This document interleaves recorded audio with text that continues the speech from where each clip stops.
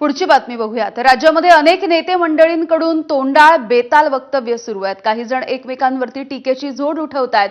तिथपर्यंत सगळं ठीक होतं, पण आता तर अक्षरशः मुख्यमंत्री फडणवीसांच्या पत्नीविषयी एका कार्यक्रमामध्ये अत्यंत आक्षेपार्ह असं विधान करण्यात आलंय।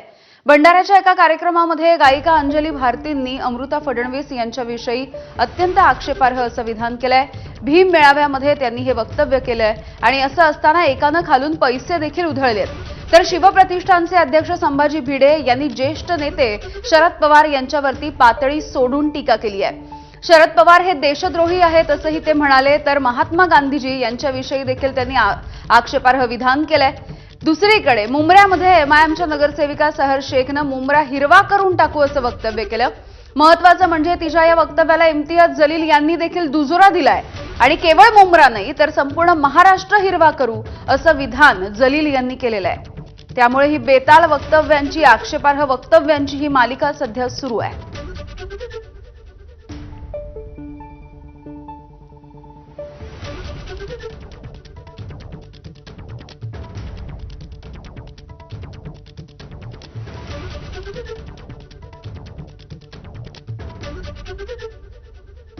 तर ही तीन दृश्य आपण बघतोय। एकीकडे मुख्यमंत्री देवेंद्र फडणवीस यांच्या पत्नीविषयी हे संतापजनक वक्तव्य अंजली भारती यांनी केलं।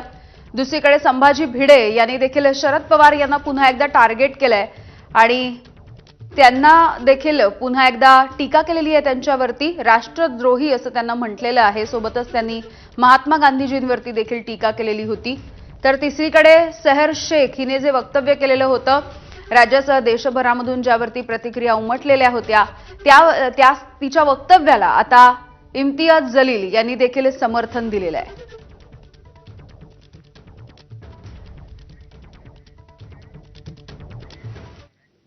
अंजली भारतींच्या वक्तव्यावरती चित्रा वाघ यांनी टीका केली आहे। बाबासाहेबांच्या फोटो समोर उभं राहून असं वक्तव्य आणि